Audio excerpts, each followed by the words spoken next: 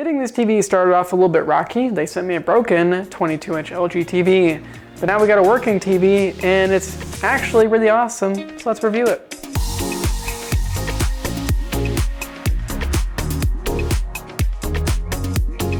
In case you guys are wondering, I have the background running on the TV behind me. I have an Amazon Fire Stick TV plugged into this TV.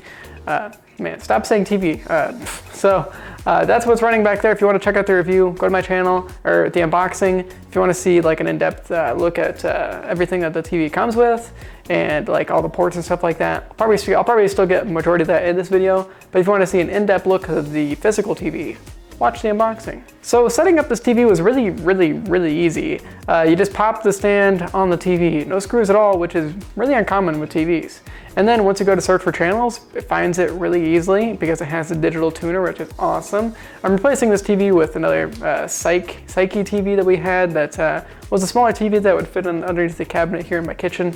And that TV didn't have a digital tuner for whatever reason, so it wouldn't pick up digital channels. This TV does, which is great. It also has an HDMI 2.0 port on there, by the way. There's not much video that comes into this TV, but an HDMI 2.0 port is really awesome. It actually supports 4K, even though it's a 1080p TV. Not sure why they put that on this TV, but it's nice that they're using high quality parts at least. The display is matte, which I prefer, especially like in a kitchen, I guess, that might get a little bit messy. Matte displays kind of look a little bit better. They don't get as grimy as like a glossy screen. And in case you're wondering, that panel is IPS, which if you don't know, it just means basically the colors look more realistic, look more vibrant. Most TVs probably have like TN panels or something like that. This is IPS, which is a lot better. And there's a base mount on this TV as well, so you can hook it up to like a wall mount or something if you really want to. It's kind of a small TV to do that with, but if you want to, go for it. And by the way, 1080p looks dope on this TV. It looks really good. I mean, just check it out. It looks really good. 1080p on a small display like this just looks fantastic. So that's great, because usually you get like a smaller TV like this, they almost like always have like 720p, which, you know, it's 2017. It's time to go 1080p. So now we're gonna move over kind of from the pros to somewhat the cons. This isn't terribly a con, but the speakers are adequate for this TV, but they're really not that great. And on top of that, there's no audio out ports on this TV, which is dumb. There's actually 2 ports on this TV you can't use, which we'll talk about in a minute. But yeah, there's no audio out, really? And yeah, I guess we'll go ahead and talk about all the audio outs in this TV. You get HDMI 2.0, which is great, and you get coaxial, which is good because it's a TV. That's all you get, really? At the very least, I think you should have at least got 2 HDMI ports. I mean, I know it's a small TV, and you could get an adapter that would like switch between HDMI sources. So you could get by this, you could still hook up multiple devices to this at the same time by using a switcher, but it's still kind of a pain in the butt. This TV should have at least 2 HDMI ports or component cables or something like that.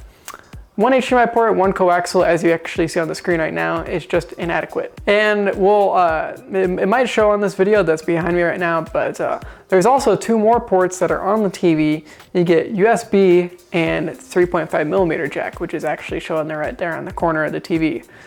You can't use these ports because they're service only, which is stupid. So I guess that's what LG uses whenever they're fixing these TVs or loading software on them or something. Whatever, you can't use them, so that's stupid. And by the way, if you're kind of thinking about using this on your PC, because it's kind of like a PC-sized screen, I wouldn't really use it. The response time is 14 milliseconds, which is kind of high for monitors. Usually computer monitors are like in the range of like, usually at least under 10, maybe like around 5 usually. So if you're gonna think about using this for a computer monitor, I really wouldn't suggest it. It's probably a little bit more expensive than computer monitors anyway too, because it's more meant for TVs. So stick with TVs on this monitor, or on this TV. But one thing I love about this TV is it's actually held up ever since I've been using it. So I've been using it maybe like a month so far, which isn't that much time, but the Psyche TV that we had before this, you know, wouldn't pick up digital channels. For whatever reason, Amazon Fire Stick TV, which plugged in the HDMI port, wouldn't work on that old TV. It wasn't even that old. It was built in 2015, and it didn't have a digital tuner, which is crazy. Actually, right there on the screen, I'm showing where the power button is, by the way. It's underneath the LG logo. But yeah, anyways, it's a good TV. I like it a lot. It's not that cheap, but it's from LG, which is a pretty reputable brand. And as you can see on the screen right now, that's the broken TV that I had. They actually gave me a new TV really easily, so that worked out really well. So if you guys are looking for a small TV for your kitchen or something like that, maybe a kid's room or something, it's a pretty good option. It doesn't have a lot of video inputs, it doesn't have any audio outputs, but if you don't need that, then it's a really good TV. Look, there's my cat.